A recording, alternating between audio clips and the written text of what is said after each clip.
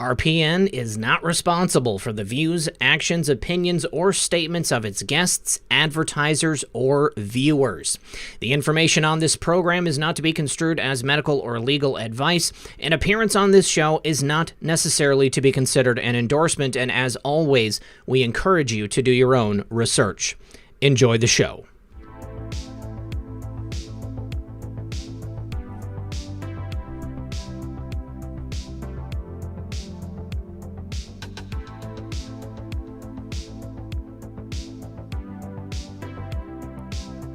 Good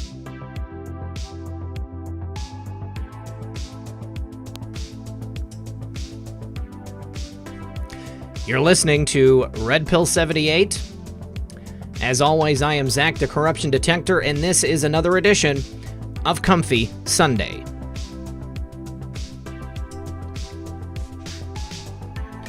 Joining us live in the studio once again, Mark Taylor, the Trump Prophet. Good friend of the channel. You guys know him and love him. We are super excited to have him here yet again.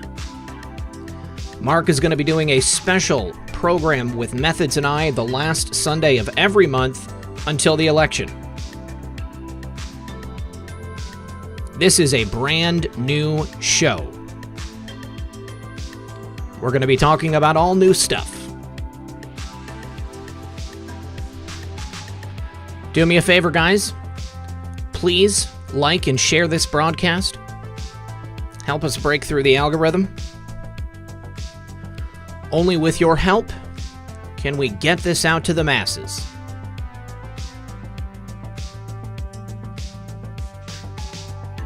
Thank you to the mods for keeping the chat comfy all afternoon. Thank you to the viewers for being kind to each other. Sit back, relax, grab your popcorn, and we'll be right back after a brief word from our sponsor. Summer's here, and all the good and bad things that come with it are here as well. Unfortunately, for most of us, that means costly air conditioning bills. Every summer, I know I'll be giving the power companies a ton of money, and I'm kind of tired of it. And that's why I now keep a portable air conditioner on my desk. This device is a mini, completely portable air conditioner with award-winning, efficient air cooling technology. It's about the size of a lunchbox, so I can move it between my desk and the bedroom, or just take it into the office with me. And it doesn't require a plug and socket to work. It uses a USB port instead, so you can plug it into your laptop, power adapter, or power bank. It comes with 3 distinct fan modes for different wind speeds, and it all works with the click of a button. You'd think a portable air conditioner would be complicated to use, but it's not. Now, not only that, but it's more than an air conditioner. It's also an air purifier and a humidifier. So you're actually getting 3 completely different ways to handle the summer heat and breathe higher quality air. And it's all in one portable device. It's so quiet so it doesn't distract if you're working. A quiet fan also helps if you're using it in a kid's room so it doesn't interrupt their sleep. And it comes with an attached nightlight for them if they need it. I can't recommend this air conditioner enough, and that's why I'm extending to my audience and listeners 50% off their own mini AC. And if you order today, you're also going to get free delivery. Go to easysummercool.com. That's easysummercool.com. Click the link in the description or the pinned comment and get your own and start saving money on AC bills today. And remember, when you support my sponsors, you support this channel. All right, good evening, everyone, and welcome once again to another edition of Comfy Sunday. Methods, how are you tonight? Man, I've been doing good. Just been really busy the last few days trying to get everything ready for the show we got starting this week. Yes. Pretty excited about it. I've had a lot of people hit me up saying, it's about damn time that we get the show off and running. So, yeah, we'll be doing that on Wednesday. Everybody should know about it by now, Wednesday, 3 p.m. Eastern. But anyways, I hope everybody in the chat's doing well. Red Pill, how are you, man? I'm doing well. A real Red Pill girlfriend was here this weekend. It was awesome to see her. We had a couple of days together. She is on her way home right now, honey. I hope you're listening. I love you. Miss you already. But yes, definitely, having a good time. Somebody's calling me right now. Sorry, buddy. I can't answer the phone. Yeah, we're looking forward to the show today. I personally am looking forward to what you and Scott put together, looking at next week. Hopefully everything works out and you guys do great. We were just telling you before the show started about the technological mishap we had last night. All of a sudden, my microphone was not broadcasting. However, every other sound on my computer was broadcasting. Very strange. But we just restarted the computer and everything worked. So one thing that I would say is, always make sure that everything works before the stream starts. No, I've been watching all you guys doing these shows for a long time now, Yeah. and even being involved in some of them. And, just like your mute button, we know things go wrong all the time. So it is what it is, and I look forward to it. I don't care. I'm just looking to create something fun, with Scott for everybody to enjoy. So it'll be good. Yeah. Yeah, I don't know that everybody else watching the show or doing shows gets as hung up on the particulars of it as much as I do. I'm a bit of a perfectionist. So, I do a lot of prep before the show starts, I mean, you know how it is, Methods. We've got everything we want to talk about pulled up in links. I've got everything that I have to do in one window, everything that I have to monitor in another window, and then everything I have to show the audience in another window. And that way, I always know where everything is going to be. And then when things go wrong, it just throws a monkey wrench into my brain, and I get hung up on it. So, just remember, live television stuff's always going to happen. It's always going to be inevitable. Right, and I'm sure your audience, a lot of them knows by now that you're your own producer. Yeah. You're running 4 screens. When I was just running one, I couldn't imagine doing all the stuff that you're doing. So no, hat tip to you on that. And it does kind of set the bar for a lot of us out here trying to get it going. But I'm excited. I have more and more people recently hitting me up saying they're starting new shows. Yeah. For example, Victoria Gates out in the chat. Good to see you. She's getting things going, and she's going to be doing things with Punisher. Friend of the channel, and as well as Severe, he's going to be involved too. So I'm very excited about all these new shows that are happening, because we're creating content that's going to kind of, we're tired of the news. Obviously, we're tired of TV. I can't watch a TV show or a movie that's came out in the last 5 years at least, that I just see all the things, all the symbolism, what they're going for, the mind control, they're manipulating you, the how they sexualize everything. We don't have anything to watch. And now the sports, think about what's happened alone with baseball the last few days. Anybody that was a baseball fan isn't really one right now. And then the NBA and what they're doing and all that. So we got to create this kind of content for everybody. We always knew this day was coming when it was. We do have decos. We are breaking information. We're getting it out there, but we have such a well-oiled machine on the internet, even though it's beautiful chaos, that there needs to be the entertainment side of things. There needs to be the discussion side, the thought-provoking conversations. So I'm very excited for anybody. And if you're doing it, reach out. We'll try to help you learn, figure out things along the way, because we all have our problems and we all have our mistakes. And, we're learning all this together. But it's exciting times, man. I'm looking forward to all this. Absolutely. J.R. Majewski, the Trump lawn sign guy, just texted and said, if I ever need a co-host, he is a guest co-host. He's up for it. I hear you, brother, and looking forward to having you back on the show again, too. Now, I do want to mention the show from last night. If you guys haven't seen the show that I did with Ann Vandersteel last night, we talked about just an absolutely heartbreaking story. A gentleman by the name of Neil Suits has had his children stolen in another country. And quite literally, the American embassy there in Switzerland, the Swiss government, they won't do anything to help him. And so the whole point of last night's show was to try to raise as much awareness about the situation as possible. And I'm asking, you guys, I don't ask you to do much, basically, besides like and share the program. But this one, I think, is really, really necessary. We have to make sure that we make Attorney General William Barr and Secretary of State Mike Pompeo aware of this situation. I do believe, based on all the evidence I've seen that Ann had, that the information is being gatekept. It's being stopped before it even gets to these guys. They don't know about the situation, because if they did, I can't imagine that they would allow it to continue. These children are living in horrid conditions. They are being subjected to just the most horrific and sadistic torment that you can possibly imagine. So Watch that show from last night, you guys. Please check it out and spread the information about it. Victoria Gates says that she is going to be on the Keystone channel tomorrow at 7 p.m., so that's also something you guys should check out. And once again, happy birthday to the Keystone channel. I appreciated you spending it with us last night. I also wanted to give a couple thank yous to people who have donated over the course of the last day or so, some stuff that I had missed. And actually, I've still got people sending PayPal donations to my old PayPal account. Not many, but some still are. And I originally stopped using that one because they had locked it, and I wasn't able to have anything coming in or going out. So, I mean, at some point, I just want to make sure if you guys are sending anything to PayPal, send it to the new one. The information is in the description below. But I need to say thank you to Daniel McGuire. Appreciate that. Daniel, this is actually from a week ago. Also, thank you to Charles Wilson. Appreciate you, Charles. Also need to say thank you to Ron Carpenter. Appreciate you, Ron. Also, thank you to Charles Pixley. That's right, Charlie Pixley. Listen to this. He said, "You are a top TV journalist, reporter, and talk show host and could go shoulder to shoulder with the best." Charlie, that means a lot to me. You know how much I respect you and everything you've done.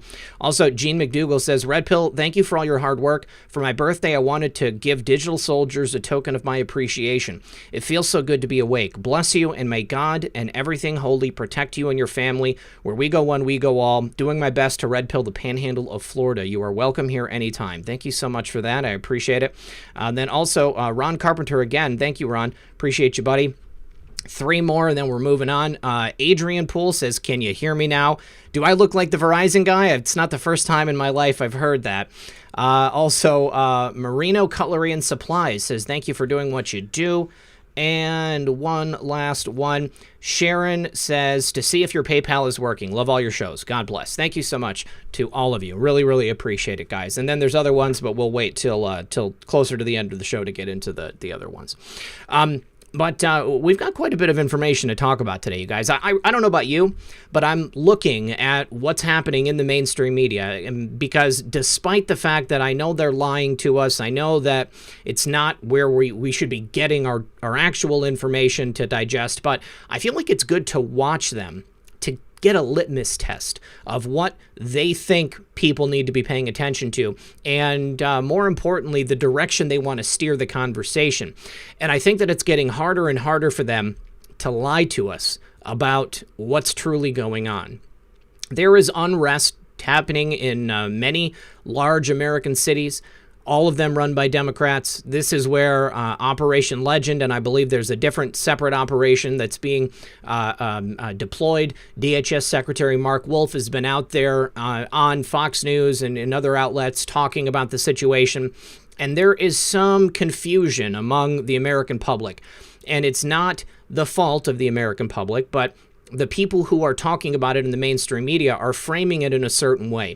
You know, Nancy Pelosi used a term to describe President Trump and the federal agents that were going to be deployed to these various American cities. She compared them to the bad guys from World War II. And that's really unfair. And DHS Secretary Mark Wolf said as much. He said that it's inflammatory when the leader of the Democratic Party in Congress is characterizing employees, agents of the federal government as these fascist actors.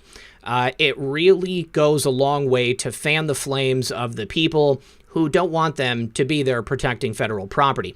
They're not just going into American cities. It's not like we just have shock troops. President Trump calling up jackbooted thugs and sending them into American cities and roaming the streets and rounding people up and putting them in detention camps. It's not like that at all. What they're doing is they're going into federal jurisdiction, okay? So like courthouses, federal buildings, and they are actively protecting those federal buildings from the shock troops of the left that are out there in these cities causing all of this unrest, and they're protecting the federal property. Yeah, I mean, it's very simple. They have the jurisdiction. They have the right to do that. It's not that they are going in and you know, destroying the Constitution and walking through the streets of Portland or the streets of Seattle and stealing people off the streets and taking their rights. That it couldn't be farther from the truth. But Just real quick before you go on to that point, I mean, them saying those inflammatory things about any of the things that Trump does, but especially sending out, agents, troops, whatever you want to call them, to help quell this violence and this chaos that's happening.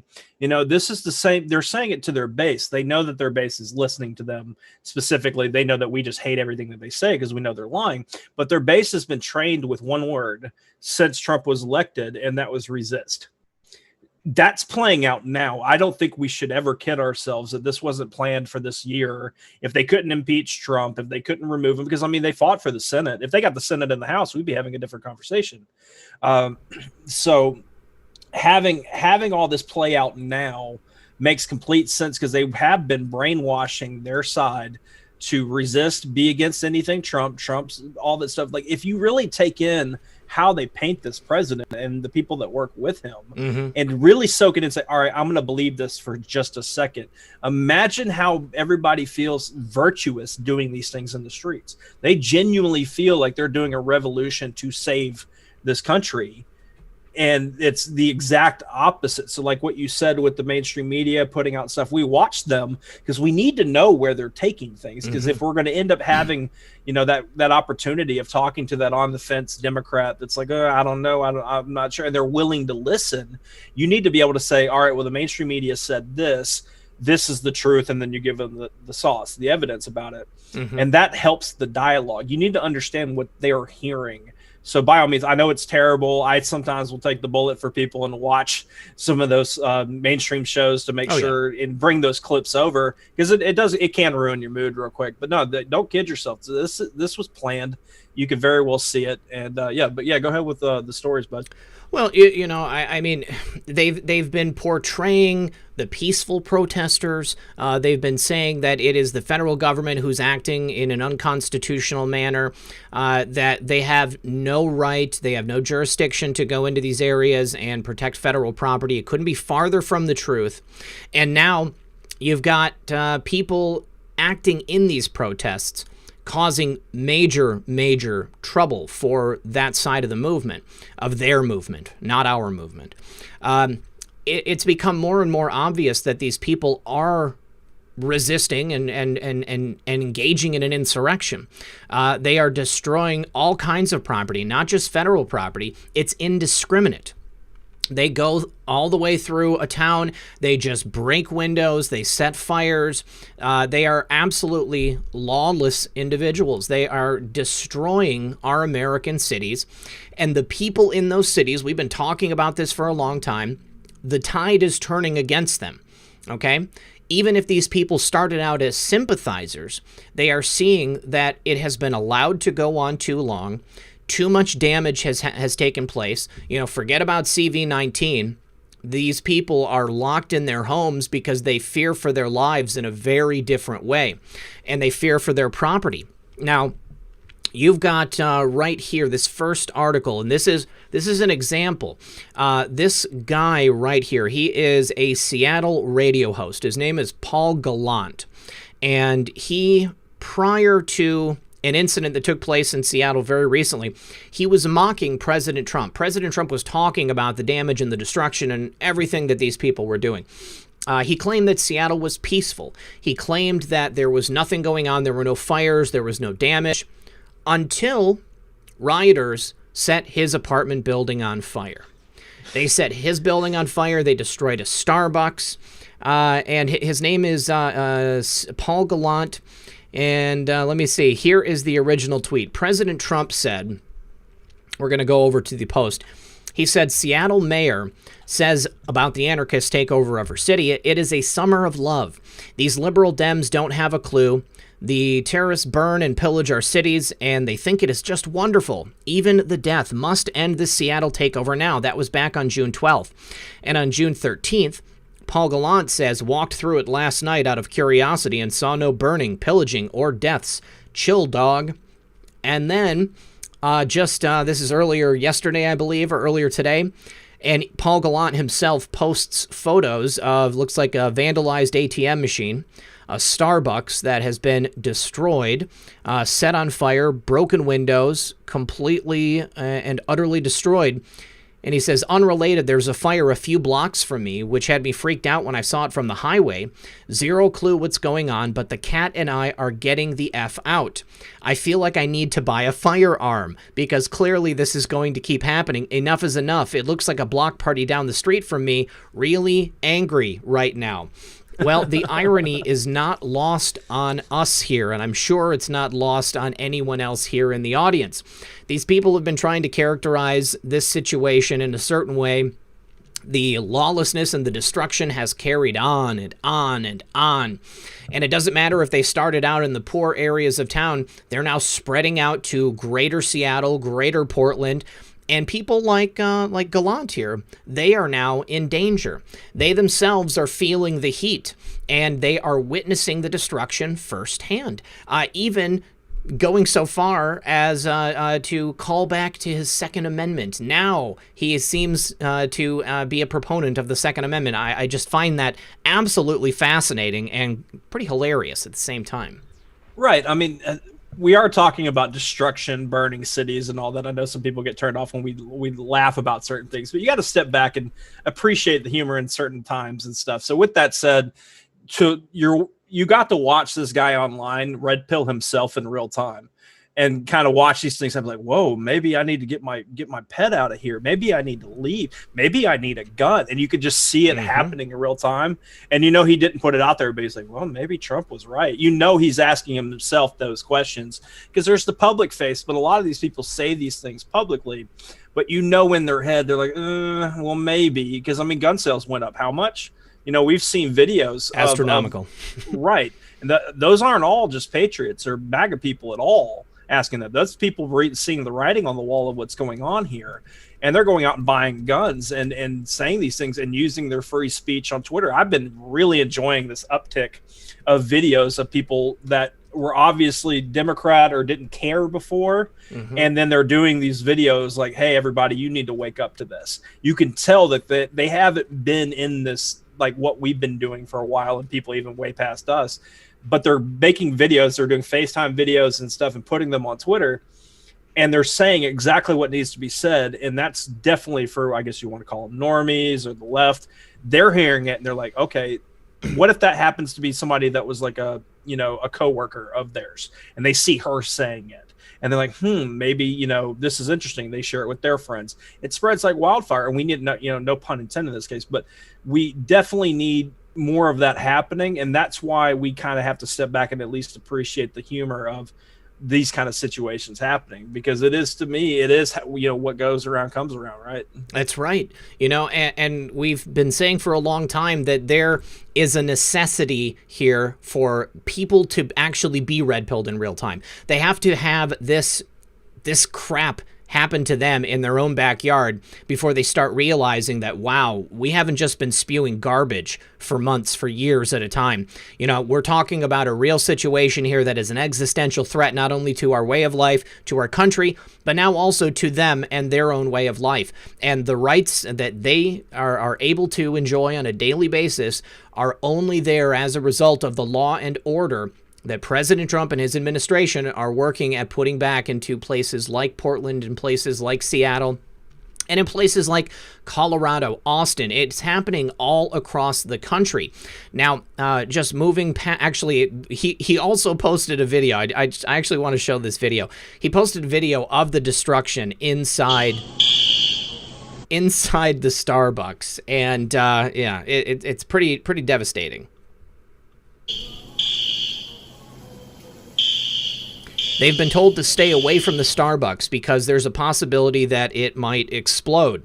There are things still taking place there. I don't think they've gotten the gas shut off. But, to see this happening, this guy is somebody with the voice. This is somebody who's going to get on his radio program and talk about what's happening. And so people who might have previously been listening to him trolling President Trump, laughing at the idea that this is real and that people are in danger, they're now going to hear it in his voice. They're now going to hear his firsthand witness accounts about what's taking place. Now, I've seen Many people in the chat saying that Patriot Soapbox just got cut off midstream. Perhaps their website also might have been cut off. I haven't seen that. Hopefully everything's okay. I know that every so often they have to refresh their stream, and there are technical issues that take place. But we'll see if we get any more information about that. Now, this next story is a little more tragic. There was a protest taking place in Austin, and there was a BLM protester who was, Texas is an open carry state, we should say that too, but he was walking around to the protest with an AK, and he was being interviewed on a live stream earlier in the evening, where he was making some claims about people on the right. And he said that due to the fact that the police had stopped them from being able to protest in the streets, they had removed them from the streets, told them to stay on the sidewalks, probably because of traffic, which is, a smart thing. But he was being interviewed, and he said that the people that hate them, they are wimps, and he used a different word, but it's an expletive, so I won't repeat it. But he said that people on the right are not man enough, essentially, to do anything about what they're doing. Well, he got a bit of a lesson in the real-life world that we live in a little bit later on, keeping in mind, once again, this is Texas, okay? Texans don't play around. But he was participating in a rally where now they had moved into the street. They'd already been told to not be in the street. They were blocking traffic, they were blocking cars, and they surrounded what is essentially the wrong car. Now, this guy, I'm going to show you his picture, guys, so you can just, get a look at him. This is him. His name was Garrett Foster. Now, during the protest, he was part of a group of people who surrounded the wrong car. It appears that he approached the car with his weapon raised, and the person who was driving the car was also armed. He got out, and he took care of business. Now, Garrett was mortally wounded, and the people in the crowd, they apparently just didn't understand what had happened. You block traffic, you threaten a motorist who also is exercising their Second Amendment rights. Something happens, well, this is what happens. This guy's no longer on the face of the earth, and the driver of that car, who was the perpetrator of that incident, he is cooperating with the police, probably because he knows his rights, and he knows that, and it looks like the AK fired first, 5 shots. Wow. I haven't seen any reports on who started firing first. Now there is a live stream video, which is in the article that Methods has dropped into the chat. It's not clear what's going on. All you hear is a burst of fire, and that's it. Knowing that the AK fired first, that makes a lot of sense because it was in rapid succession. But as a result of this guy's bravado, of his his stupidity, also, he is no longer here. And unfortunately, his wife, who's a quadriplegic, this guy Garrett was her caretaker, she's not going to have anybody to take care of her. Now, this is yet another example of the actions of these people coming to fruition in real time, in real life. If Garrett was the one who was the aggressor, unfortunately, he paid the price for his actions. Methods? Right, and all I'm thinking about in my head, and I know that we're going to get to this later, is all this is going on under we'll call it, that FAR movement, the anti-fascist movement, Black Lives Matters movement. It's all falling under that watch. Democrats movement, their cities and all that, but we are not allowed to tweet thought-provoking ideas on Twitter that are tied to a letter of the alphabet. It's just fascinating to me how bizarre a world we're in. Now, just real quick, because I keep seeing it in the chat. We try to promote it as such. Mark Taylor will be here. He will be here in about 30 minutes. He's the second hour of the program. That's when we typically have our scheduled guests on. So he will be here, gives you plenty of time to spread the word. I'm looking forward to Mark talking. It's always a good conversation. It's good, it helps give us energy for the week or so to talk about things. So yeah, please spread the word. I see we have already got 6,500 people here, which is great. 2.1 thousand likes. If you guys don't mind turning that thumb blue and sharing this out to everybody here in a half hour, Mark will be here. But yeah, as far as all that stuff going on, it's not surprising if you're going to have people in the streets doing things that are against law and order, you're going to learn why we need law and order. because they're not going to follow the rules. They're going to try, because they've been trained to go against all this stuff. They're actually going to take advantage of it. You know, the kids in the candy store type thing. Yeah. They're going to go after and change. They're going to not do what they're told that they're supposed to do. And stuff like this is going to happen. Now, the whole debate on is Trump allowing this to happen to kind of show people, and people are getting injured and death and all that. I'm not the president. I'm not the one around him telling him what to do. But this is waking up a lot of people. And, you know, not everything's perfect, but I also do believe, and I'm sure Mark will get into this later, that there's God's hand is involved in a lot of this stuff. We are in this like spiritual battle, and this is way bigger than just the election. Election is huge, but we're talking about a battle that's going to carry on to November 4th, 5th, 6th, 2021, 22, and so on. So the idea of all these things happening in a I guess we want to say in a bubble, it's bigger than that. We're in a spiritual battle. So I'm not surprised that it's playing out this way if you step away from, you know, the election side of this. I mean, this is, you know, good versus evil. No, yeah, and I mean, this is the way that I knew it was going to play out. I knew it was going to get out of hand. These people have been allowed to act with impunity. They thought they were absolutely invincible. Now, I use the word bravado in a tongue-in-cheek manner, you know. This guy thought that he was hot, you know, S-H-I-T. He thought that nobody was going to go ahead and come up against him. He could do whatever he wanted. He could put his gun, train it on a car, fire the first shots, and that he would be absolutely fine. He's a moron, okay? The very fact that he had the stupidity to do this. First of all, don't play in traffic, okay? Don't surround cars. These people get, they get surprised when people drive through them. That's the next story, okay? There's a woman who was in a car. She was mobbed by protesters, okay? She tried to get away. This one was in D.C., all right, and she stepped on the gas. There were people hanging on her car like absolute idiots, and the police were there. And the people who were hanging on her car, they're tweeting out, they're saying the police did nothing. Why won't they arrest this woman? Because they were in the wrong.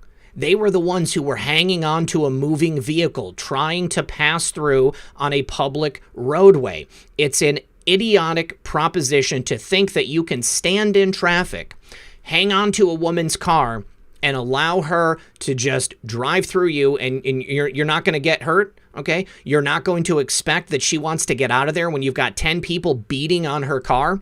The police won't arrest her because she did nothing wrong, okay? And this is what people are seeing. They see these people acting like morons in the streets. They see them doing stupid things, winning stupid prizes, and it's only going to get worse.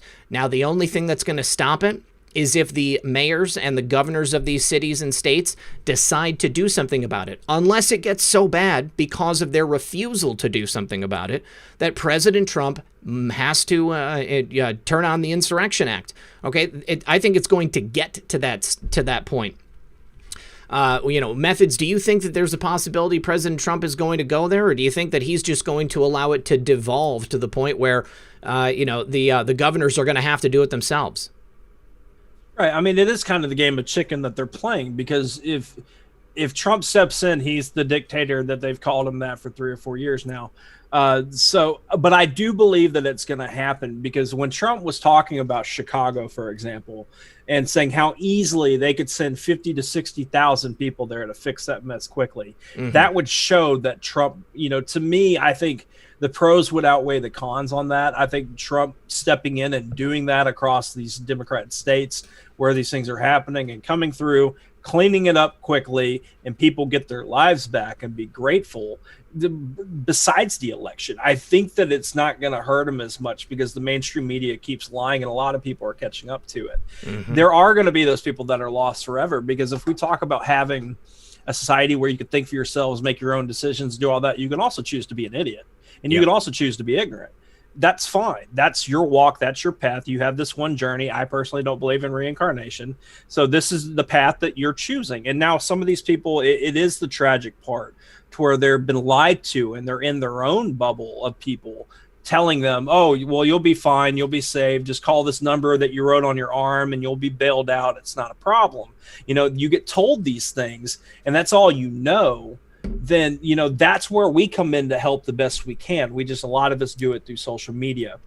But if he's got to step in and do that, then it's going to show all these states that we need to elect the right people, because anybody could have this control. If anything, what I would think about is Trump does that and it's completely successful.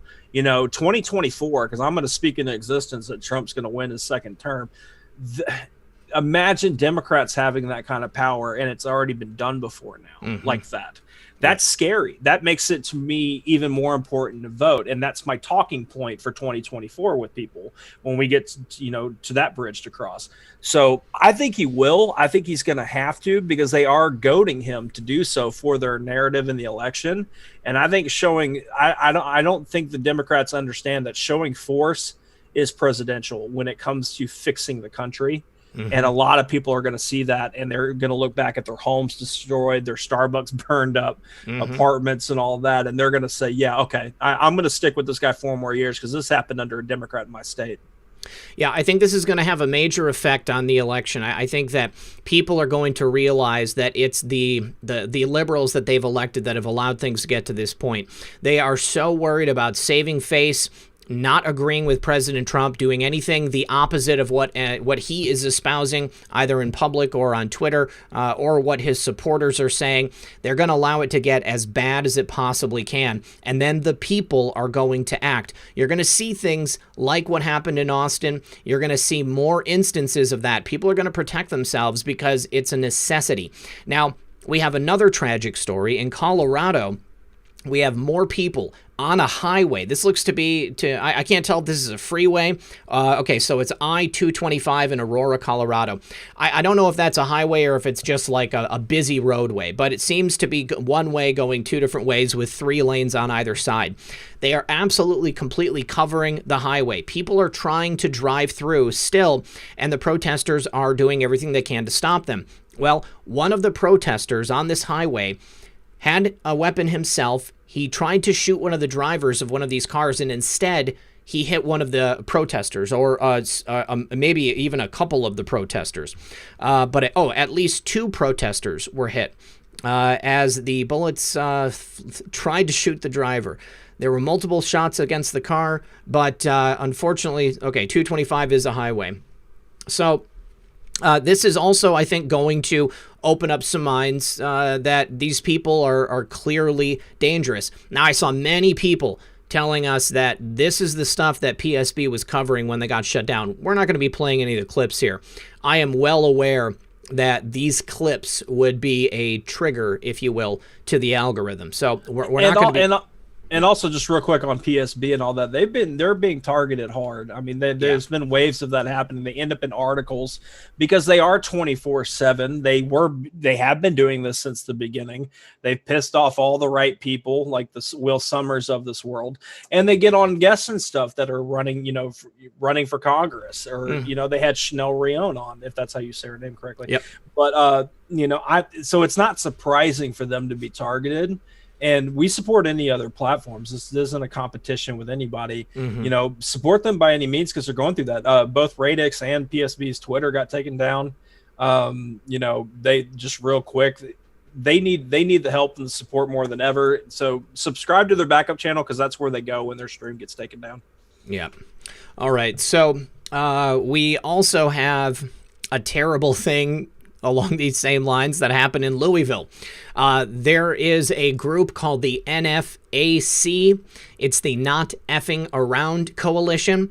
It is a group made up of, they are not peaceful protesters by their own definition. They claim to be not effing around. Okay, that's their whole thing. So while they were protesting in Louisville, somebody apparently in the crowd among them was effing around with their weapon, discharged it on accident, and it looks like 3 members of the coalition were actually hit. The reporting on this is probably the funniest of anything I've seen. I want you guys to take a look at the title for the Gateway Pundit article on this. I don't even want to say it on the air because it's something that might trigger it. But basically, these people are not trained in the manner in which they claim to be. Their whole goal is to act as armed insurrection. So if they want to spread this to other areas throughout the United States, if they get a little bit more organized with what they're doing, then this is a very strong possibility for something that could trigger the use of the Insurrection Act. So go ahead, definitely check out that article. But I just think that this is a pattern of events that shows us that there are so many instances all across the country of the argument falling apart that these are peaceful protests and that these people want nothing more than justice for George Floyd. It's much bigger than that. The Democrat governors and mayors in these cities have allowed it to devolve. President Trump sending federal agents in to protect federal property is necessary at this point. And pretty soon, I think the people of these areas, even if they're Democrats, they are going to be begging for President Trump to do something about it at the federal level. And it's going to be absolutely necessary because nobody else is going to do it. And the law and order of these cities has been absolutely smashed to pieces. People need the law and order in order to be kept safe, and no one is safe at this point. Right. Isn't the leader of the NFAC, doesn't he go by Grandmaster? Grandmaster J. Yes, like Grandmaster J and the Furious Five. Right. So they're trying to change the names of bedrooms, the master bedroom, because of how racist it sounds. But he goes, okay, you get my point on that. But also, I've seen this clip spreading around. I don't know if you saw it. I don't have it available. So I don't know if it was edited or something, but apparently that guy or some leader of the NFAC was talking to somebody and they were being filmed, and they were saying that people were joining that weren't trained because they're there to get the money. And then the guy gets kind of like, whoa, wait a second, and puts his finger over his mouth to be quiet. Then the video ends. So if it's true or not, regardless, it's being spread around like crazy that these people are being paid. Now, all of us, I'm sure a lot of the audience can assume they're getting paid to do this. This is well funded. None of these people just had all these guns to set aside and were like, okay, well, let's make a coalition real quick and have all these, matching armor and all, or whatever uniform you want to call it, and march in the streets and all that. But this is funded, and I do believe that they did get caught on camera saying that. That's crazy. I just saw somebody in the chat ask why President Trump is good with Fauci still. You guys, if you've seen my channel before, then you know my feelings on this. Take a look at President Trump's history throughout the administration. He's got a track record of installing useful idiots. People who are clearly deep state, people who President Trump has allowed to get close to him. So in my estimation, he can control them and he can keep an eye on them. And then when they are no longer useful, he discards them and he replaces them with somebody else who is closer to our cause, somebody who actually is interested in putting America first. Fauci has been marginalized in my estimation. Yes, it's optics. Hello, Moto. It's all optics. It's not for us. It's not because President Trump truly believes that Fauci has a firm grasp on the scientific method or understanding diseases and plagues, whatever it is. It's because you keep your friends close and your enemies closer. President Trump wants to know what these guys are up to, and also by having Fauci, it placates the other people in the deep state who think that Fauci has some sway over the president. It's nothing to worry about. President Trump has shown us time and time again how intelligent he is and how good he is at putting all of this stuff together. Despite all of the obstructionism around him in every area of the government, you cannot debate the fact that we have had more happen in a good way over the last 3.5 years than we've had at any other point in any other presidential administration. President Trump has pushed so much stuff through. He set the stage for a lot that's going to come to fruition here in the second term. So he knows what he's doing, and I feel like we don't need to doubt him. I think President Trump has shown us time and time again, anytime anybody thought that he was wrong or maybe they thought they could do it better, he's proven them to be incorrect. Right, and I look at what they've been doing from the left as far as painting this picture of dictator Trump. Anybody he chooses that's going to do remotely something, that we prefer when it comes to Barr or with, in the case of Durham, they're saying they all work for Trump, all that. If he's using, favorites of the lefties, that's really hard to spin that around, because how can you say, everybody who works for Trump is bad, but then they want to put Fauci on baseball mounds to throw, far left, and also be in magazines and try to act like he's GQ and stuff. You know what I mean? They really don't know what to do with it. I do agree. I don't like Fauci at all. I'd be good without him. I would be good never to know who he was. But with that said, if we're dealing with a pandemic to where they're trying to paint every decision by the Trump administration as wrong and Trump lied, people died type stuff, then having Fauci kind of be, just a talking face. We don't know if he just says that for Trump and then goes off and does anything else. We don't know what he's doing behind the scenes to really help. He might just be handed a script and say this, the left loves you, we don't like you, but you're going to say this. And that's it. We don't know. He's not making decisions. And I know he's going out there saying all the wrong things that we don't like, but that's fine. We all believe in free will and the choice to make the decision for ourselves. Like Trump, a lot of people got triggered about Trump wearing a mask. I could care less if he wears a mask or not, because it's his decision, president or not. If he wants to wear one in certain places, like being in hospitals, for example, go for it. But that's not going to make me decide to wear a mask. Nor am I going to get upset that he does. So we need to have our own decisions, man, and allow people to have theirs. Yeah, and the mask thing is total optics. Again, every single time President Trump comes out in support of something, the mainstream media turns and tries to use it against him. How in the world are they going to use President Trump saying, go ahead and wear a mask if you want to? How are they going to use that against him? They can't. They would have to come out and say masks are BS, masks don't work, so don't wear a mask. But they can't say that because they have been screaming at the top of their lungs, wear a mask for the last couple of months. So there you go. President Trump has now disarmed their argument, and they're not going to be able to come at him about it. President Trump does this over and over and over again, and I'm continually surprised that people don't see it. We have to be able to think about things logically, you guys. We got to break this stuff down, and we can't allow our emotions to take over, because that's what they do on the left, all right? And I know that there are some people out there who are never going to be able to get to that point where they can allow themselves to have that moment of clarity and think about things in a different way, and they've got to get talked down, and that's fine.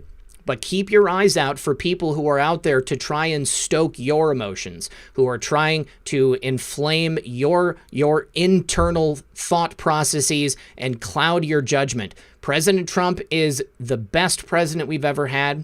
He knows exactly what he's doing. I saw Patriot Soapbox in the chat. Thank you very much, Patriot Soapbox. We're always going to be here watching out for you guys, and I hope that everything is doing well. Also, saw somebody asking about Robert Trump's Twitter profile. Of course, that's a parody account. Definitely right. A parody account. Yep. And also, I saw many people getting upset about Mary Trump. From what I understand, she wasn't particularly close with President Trump. I don't even know that they've ever met. It looks to me like it's a very obvious cash grab. She is an irrelevant person looking to become relevant, looking to get some profiteering off of the fact that her uncle is president of the United States. What better way to do it than to come out and, get all of that book cash off of people on the left who are looking for any possible reason to point to an argument and say, look, Trump bad, Orange Man bad, he shouldn't be president. It doesn't matter. Okay, we've got more supporters now than we had in 2016. It's going to be a landslide in 2020. You guys have to make sure you get out and vote. I am confident we're going to win because I'm confident that all of you are going to show up. Why is it showing that? Oh, it looks like my live stream is somehow way far behind. We're all going to show up. We're all going to show up in November. We're going to make sure we vote. We're going to tell everybody that we know that they need to vote. This is not an election that we can afford to sit out. This is the most important election of the millennium, of our lives, certainly, but also for future generations. We have to set the stage for the rest of our future here on planet Earth. President Trump must win a second term, and the only way that can happen is if all of us commit to actually making sure that we vote. We have to do that. We cannot allow them to steal the election. 100%. Now, Lynn in the chat says she has sold 1 million books already. or has sold 1 million books. If that's true, if we're talking about Mary Trump, well, I'll just speak from experience here, and I'm not going to dox who my father used to work for, but his boss used to write books, and what he would do was, because his boss had a lot of money, he would buy a bunch of the books to make sure that it got to the top sellers list and made it to that shelf in there and had those credentials. So as far as her book goes, if anything, that'd be a very convenient way to pay her off for the narrative. That's right. By having everybody just buy her book, it washes the money. Nobody's going to think twice. They're going to assume, because of the whole narrative that Trump's bad, that everybody wants to read this juicy book about him, and that's how you pay people off. It's the same kind of thing with GoFundMe's for these people. Yep. It's to move this money when the commander in chief is over all this, this black money trails, this dark money trails that happen. They have to do it different ways, and it's hard to prove because of those kind of things. Absolutely. I'm seeing people ask about Kevin Shipp in the chat. All I'm gonna say is use your discernment. Okay. Yeah, I don't want to get into it any deeper than that, but I feel like, people get a gut feeling about things that people say, and either it resonates with you or it hits your BS radar. So, just look at it like that. I'll just add 2 cents to that too, because it's not just about Kevin Shipp. It's about anybody that goes out there and makes claims. I don't like anybody that tries to put a narrative in people's heads and therefore dogs other people if they have a different narrative, or a different opinion about things. So that to me is, anytime people are doing that, I always step back and am suspect. Now, I'm not trying to throw him under the bus or start a war with him, but he has caused a lot of problems. I've had a lot of people reach out about it. I just don't like people that are telling you how things are. That's right. When we're supposed to be thinking for ourselves. So I don't ever appreciate that. Yeah. And Susan Miller says, use discernment with Ann Vandersteel too. Absolutely. I mean, use discernment with everybody. And like I said, every time that I have somebody on the show, just because I have them on the show, it doesn't mean that it's an endorsement of everything that they've done. I cannot be responsible for everything that's come out of a person's mouth, either before or after or during the time they're on a show. I personally have no problem with Ann, and I appreciate the reporting that she's done. The reason she was on the show last night is because that story was an incredibly important story. So I try to bring things to people that I think will give them something to think about and help them along their way. But most importantly, to Method's point, anytime someone comes to you and says, I am the only true information, I have the answer, you have to listen to me, don't listen to anybody else, that right there is an incredible red flag to me. And I will immediately start to pick apart anything that they are saying. That's what's important. All right, so moving back to the original story, a judge in Seattle has ordered that media outlets in Seattle provide law enforcement with unpublished protest videos. This is going to be really important. Think about how many hours of footage these media outlets have, whether it's, just individuals out there taking videos and stuff in the street. We saw people in the Chaz telling protesters to stop recording because why? They were recording illegal activities, okay? This is going to give a whole bunch of information and evidence to the law enforcement authorities there in Seattle and in other places across the country. More and more people are going to be indicted on criminal acts such as arson, such as destruction of property, such as grand theft, larceny. It's going to be a good stuff. I'm looking forward to it. Oh, absolutely. Because if they're wanting to take it, they want to comb through it. Because that's how they caught a lot of the statues being pulled over. Like those people that Trump tweeted out, those pictures, they got those off of, this kind of evidence. So the fact that they're requesting it is great. Now, just real quick, I mean, we've got about less than 10 minutes and Mark Taylor will be here. No, you haven't missed it if you came in here late. But this is that great opportunity because we don't reach these kind of numbers. Like we have 8,600 people hanging out and Mark's not even here yet. That's fantastic. And that's because you guys are sharing this out there and we really appreciate it. So this would be that time now. Go grab yourself a drink, popcorn, whatever. Make sure you click that thumb blue for us. But let everybody know Mark's about to be here in just a few minutes. And we're going to continue the show for another hour. So thank you guys once again for making this already an incredible show. Yes, and please consider liking and sharing the program too. I appreciate it. Now, this is a tragic example of what can happen at these protests. There was a conservative journalist who also happens to be black, and he was stabbed by one of these protesters there. And it turns out that the perp was one of the black bloc wearing anti-phase. And he's also convicted of crimes against children. So this is the character of these people on the left. And I think that as more of this comes out, it's just going to be more and more obvious. So I feel like I've driven this point home for long enough. But we are now having, after many years of commentary on Justice John Roberts, the Supreme Court Justice John Roberts.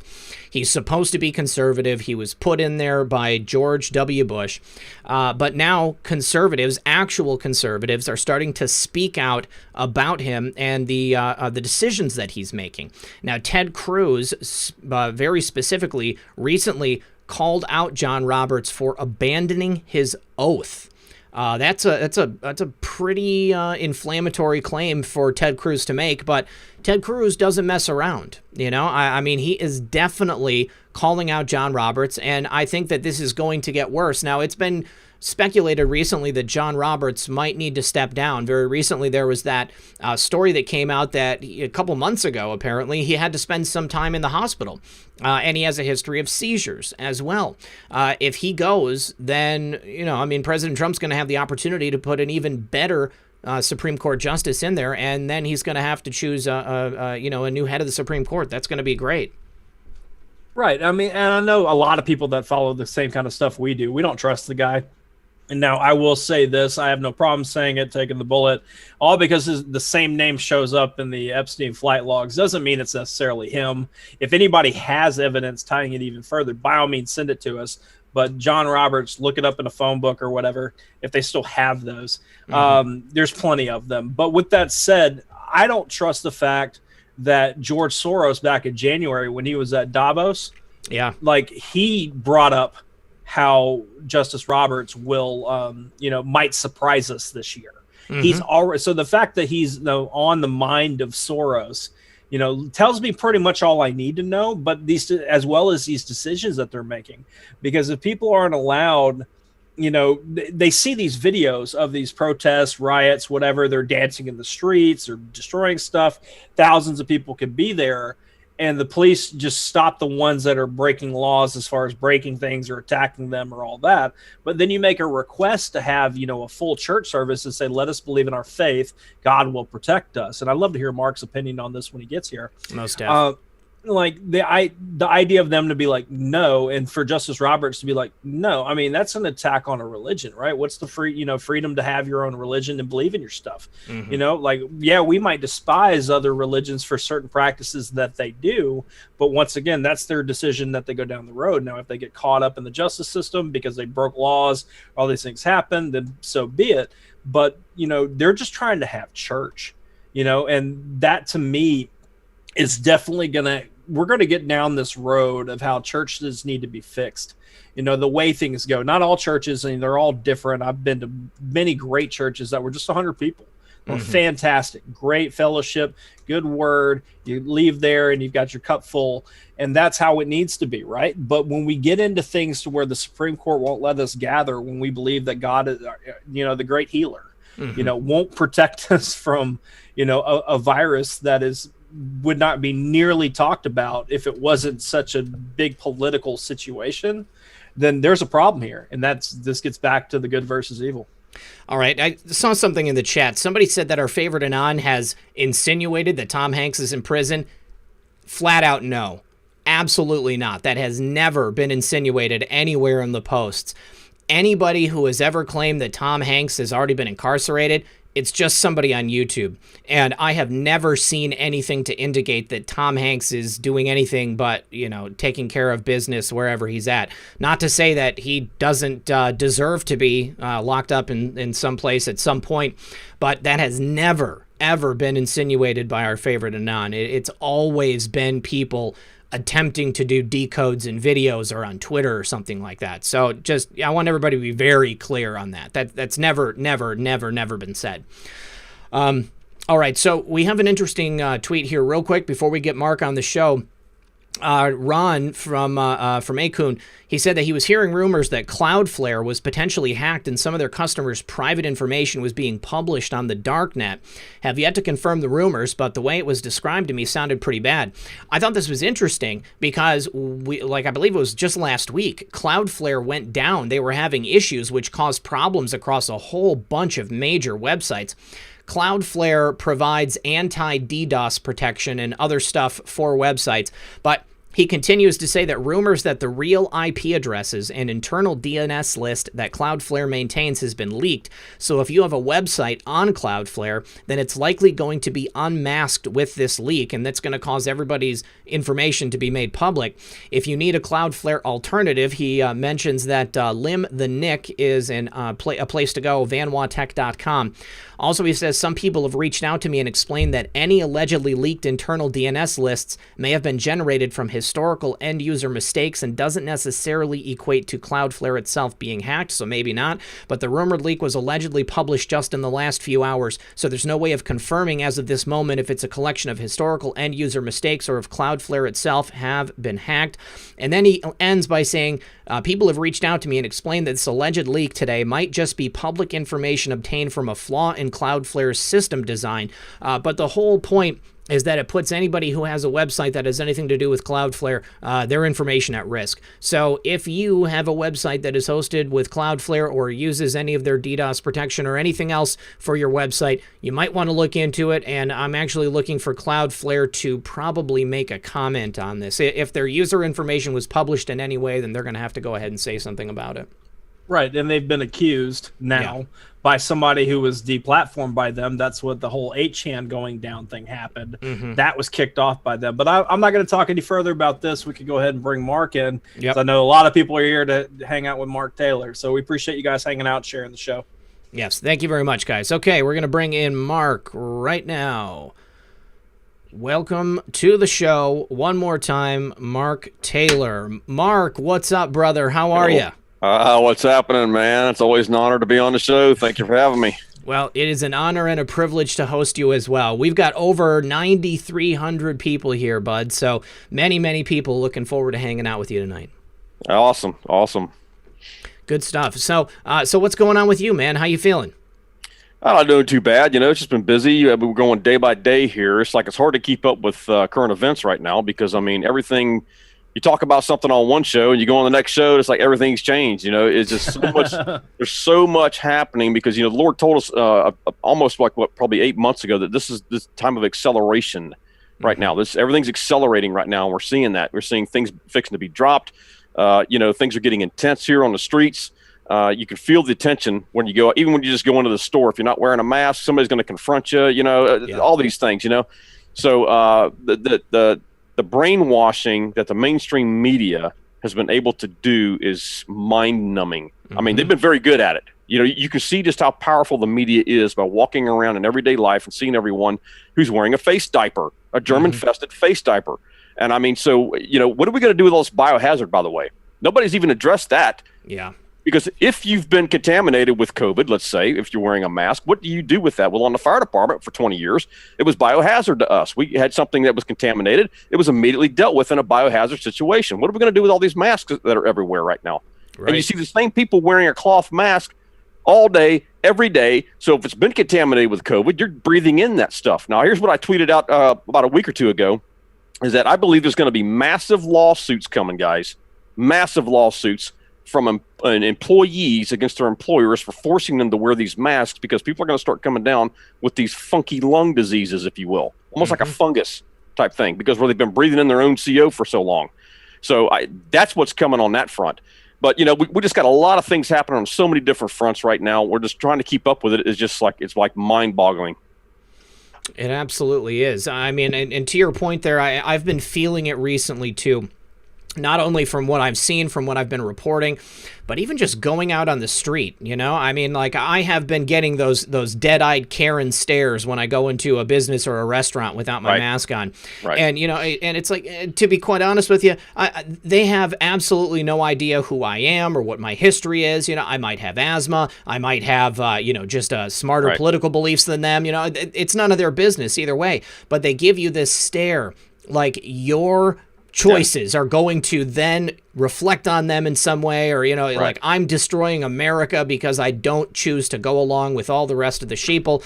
And, it's none of your business. This is my life. I want to live it. And I think that it's absolutely unconstitutional and unsanitary to force me to have to wear that face diaper. I love that. Yeah. And here's the other thing that I feel bad for the business owners, because like my sister is in a county where it's mandatory masks. Well, if I go into that county and I walk into a business or a restaurant or whatever, they may be God-fearing patriots. They want to support their country. But when I go in there and say, look, and they're very nice. Like I have a friend, they were very nice. They said, look, we have to abide by this. Otherwise, they fine us. Mm-hmm. And it's like, so now what it's done is it's put the business owner, pitting him against the customer that comes in there. And I kind of feel bad because I don't want to see them get fined or shut down because of something that I'm doing. But at the same token, it's against my constitutional right to force me to do this. Mm-hmm. And they know that. And they want to support that. But, it's like, what do? And then you've got people out here like Marco Rubio, who I'm going to call out. And I've been calling this guy out since before 2016 down here in Florida, who's absolutely worthless. This guy is wanting to literally make people in Florida wear masks. I've been calling this guy out on Twitter for the last 2 weeks because he keeps putting this stuff out. You know what I mean? And luckily, praise God, we've got a governor that's been standing up to this mess. Now he's caught in the middle between a bunch of, because Florida's a melting pot. I mean, you've got a melting pot of everywhere. That's why we're a swing state here. And I've been saying that Florida and Texas have been under attack for a long time now because they're trying to battle it out. They want to turn them into another California because that's the next highest number of electoral votes come from Florida and Texas. Mm-hmm. And they're trying to move people in here from the Northeast, bring their voting ways in here. And we've got so many people in here, but the governor's been able to stand in between the two so far and maintain it. And he's not done anything as far as mandatory masks are concerned. So I'm proud of the governor for doing it, Governor DeSantis. Mark, I had a guest on from Florida, Reba Sherrill. She's running for Congress in Palm Beach. And when she came to America, she flew over from Europe, and they wanted her to sign some type of a release, which stated that if she signed the release, then she was willing to get a vaccine for CV-19. Have you heard anyone talking about that? I mean, I understand that perhaps maybe they have certain countries that they might be nervous about, and maybe they want to, have something like that in place. But it sounded like the people or the government of Florida, from DeSantis, he was asking the citizens of Florida to sign this and to give away their rights for a vaccine. Have you heard anything about that? I have not heard anything or seen anything on that. That's new to me. I have not seen or heard anything on that, so I can't confirm that or deny it. So I would hope that would not be the case. You know what I mean? Yeah. Because I'm not signing squat. No. To be honest with you, you know what I mean? And I'm not taking a mandatory vaccination right now. And I've had a lot of people emailing me saying, why is Trump talking vaccinations? Why is he talking about the military coming in and doing this? Guys, there are people out there that want to take a vaccination because they've been brainwashed. They've been programmed into thinking this. Yep. The president knows this. So he's going to allow them voluntarily to take this. Now, Barr has already come out and said, we will not do mandatory vaccination. So I don't understand where the panic is coming from. Right. We either trust this president or we don't. And so far, we've been able to trust this man on everything he's done to this point. Yeah, I mean, it's all about optics. I mean, he has to give people the option. I mean, this is still a free and fair society. That's right. We have rights to choose. President Trump gives everybody every single option. The press is not going to be able to scream at him about it. He says, hey, look, you wanted this. It's there. You go ahead and take it. Nobody is talking about forcing us. Exactly. And so, when Barr comes out and says we're not going to force you, that's it. Look, if he did that before the election, he'd never see another election. Exactly. And if he did that, that would kill his legacy because even the Patriots would be done with the Trump family at that point. And there's another Trump coming in the White House, by the way. He's not the only Trump coming. There's another Trump coming. So why would he do that? Why would he kill his legacy like that? He's not going to do that because he's in there for the people. That's the people's rights. Absolutely. Well, now, Mark, we talked about, you got a thought, Methods?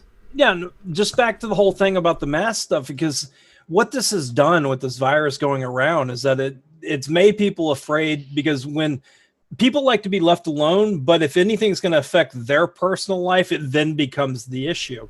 Right. And the fact that we walk in and we don't wear a mask and somebody says, how dare you threaten to kill me by you not wearing a mask, this plays back into the selfishness that we've created in society.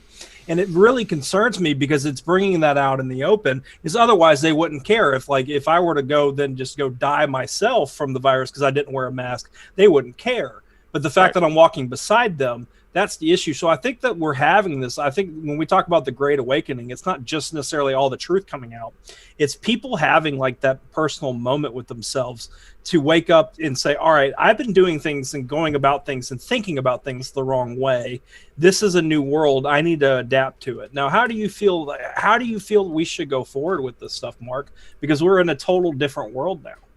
Well, we're in a different world right now, but also I think a lot of this stuff's going to get cleaned up when the truth comes out. When we get the red pills, what Obama's done, what China's done, what the churches have done, what all these people have done, what they've been into, that's when you're going to see, I believe, a level of awakening that's never been seen on planet Earth at this point.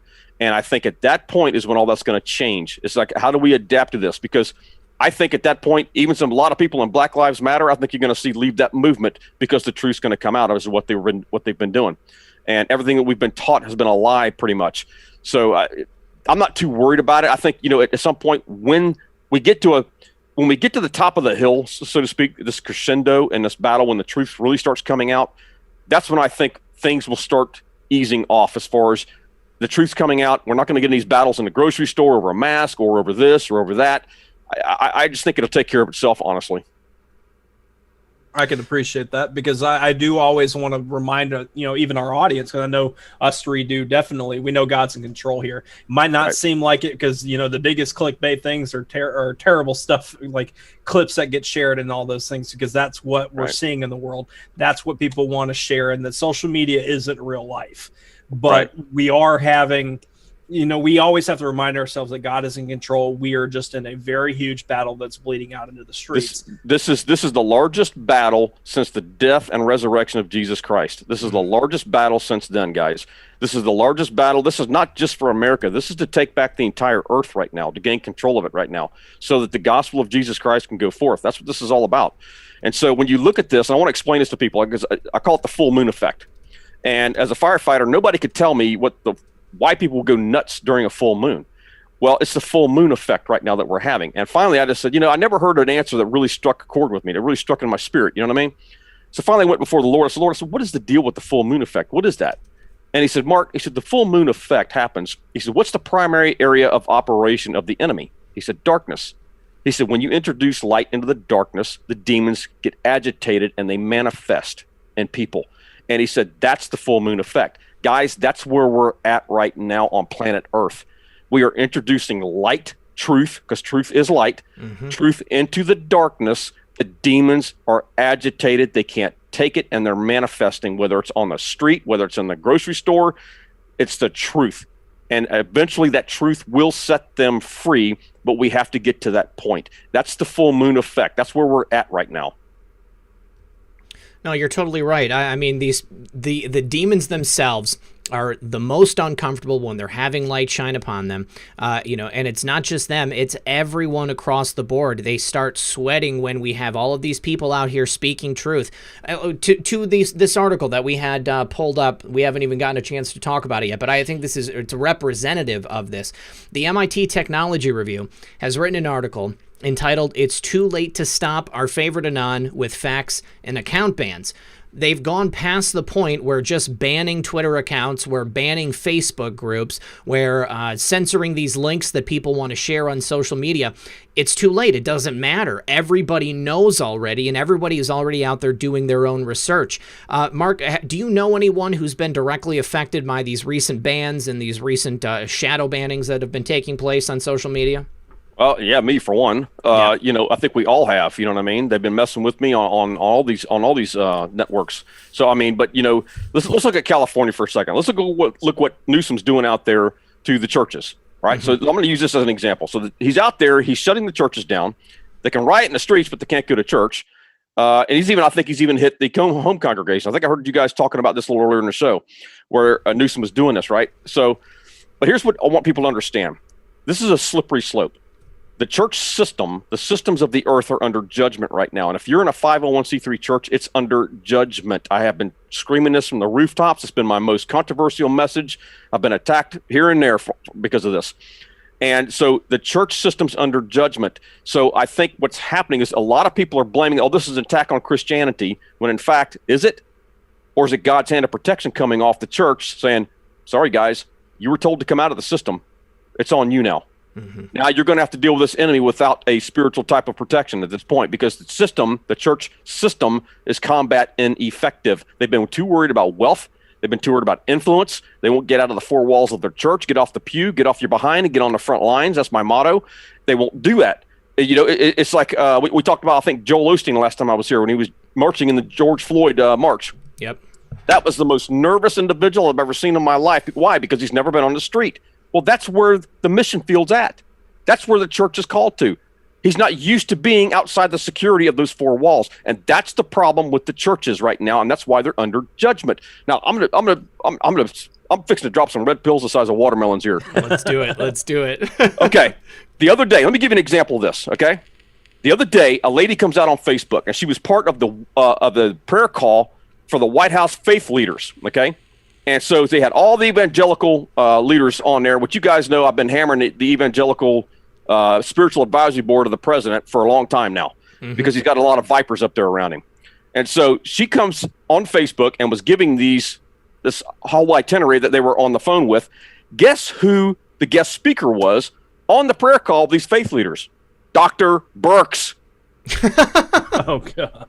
Dr. Burks, dude. Oh, I'm like, man. what? So I'm listening to this lady, and she was angry, man, which was rightfully so.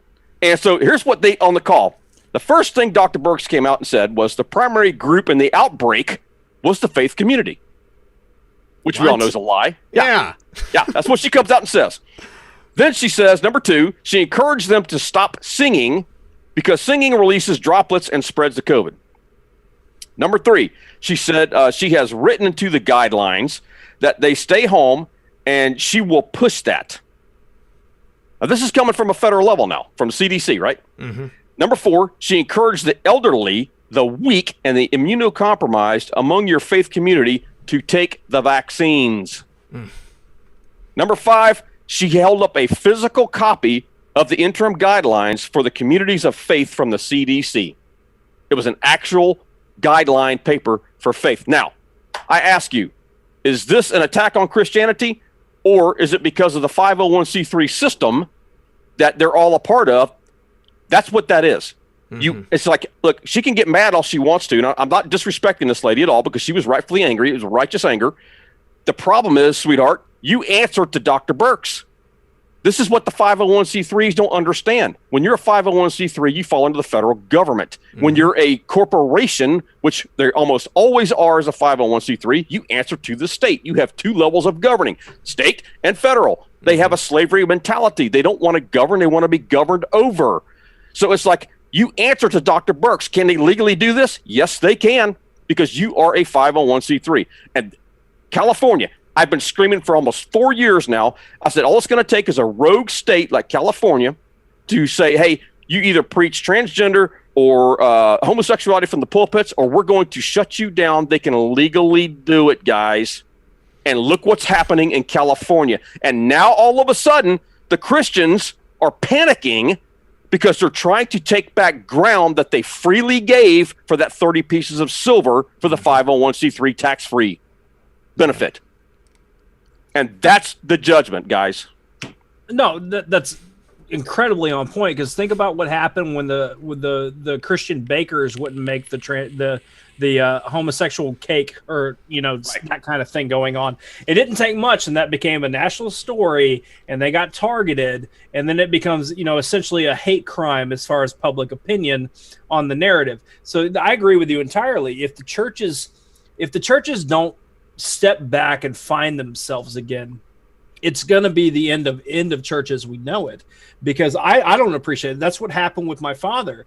He got undermined as a preacher, long story short, and then he had to step away to help save the church, and the people that took over turned it into essentially a corporation. And then now, as I understand it, they're not even a church anymore, and there was at least close to 1,000 people that would show up every Sunday. Okay, well, let me give you another example of this, okay? Here comes another watermelon. Get ready. We talked about this in a pre-interview. The PPP loans that were handed out, okay? Now, the PPP loans that were handed out, guess where they went, guys? Joyce Myers, T.D. Jakes, Paula White. I don't care if she is a friend of the president. It's not right. These guys are multi-millionaires, some of them even billionaires, believe it or not. Do your research. And why would they take the money from taxpayers when they don't pay taxes? Now, this is the most incredible thing right here. And even Kanye West took, I think it was like $2 to $5 million, something like that. This guy's a billionaire. Why does he need this? Elevation Church was another one that took one. Now, there's a lady. I'm going to read this. I got her permission to do this. There's a lady that emailed me. She goes to Elevation Church, which is Steve Furtick. Please don't send me any nasty emails, guys. This is just, it is what it is. She says, "Hi, Mark. I attend Elevation Church here in Charlotte, and I've been a part since 2013. When you shared on the program about the churches taking the PPP money and Elevation taking a few million of that, I was really unsettled about that. So I asked one of the leaders at Elevation about it. She said, I thought you'd be interested to know the response. First, he acted shocked. Then that she actually knew. First, he acted shocked that I actually knew. And he asked how I knew. I told him it came through Reuters, the article in Reuters, right? Then he said, yes. So he admitted it. Even he knows it's wrong. He says, yes, they took the money, but we're using it to give to those in need. Now, I warned about that 2 weeks ago. I said, watch them come out and start with this mess. They're going to say they justify it by giving to the needy, okay? Now, he said he then instructed me to not spread this around. He also attempted to instruct me how to respond if I'm asked about it. I told him I did not understand why they would borrow from the taxpayer while not paying taxes themselves to give to those in need. To that, there was no response. Even more than that is that the PPP loans are specifically to make your payroll so that your company or whatever it is can continue to keep going. And if the churches are shut down or they're not able to meet because of this pandemic that we find ourselves in, then what are they paying payroll to?